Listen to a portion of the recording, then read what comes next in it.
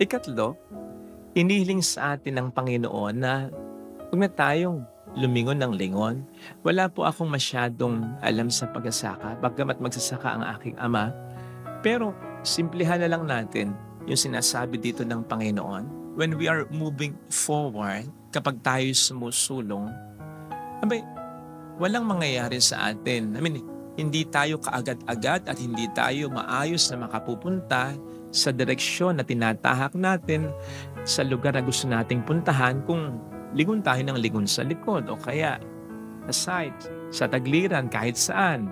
Hence, ang sinasabi sa atin dito ng Panginoon, magkaroon tayo ng focus sa pagsunod natin sa Kanya para hindi na tayo ningas pugon, para kung ano yung dapat natin gawin ay gawin na natin ngayon, para hindi na tayo masyadong nagbabackslide pa, balik uli sa paggawa ng masama, balik uli sa bisyo, balik uli sa pagiging complacent, kaya hindi gumagawa ng mabuti o yung mga dapat nating gawin. Focus.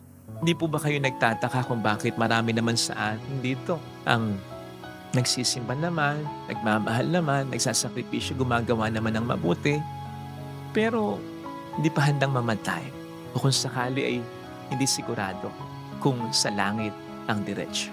Hindi po kaya maliwanag na patunay ito para sa atin na hindi pa talaga natin na i-commit 100% and totally sa Diyos.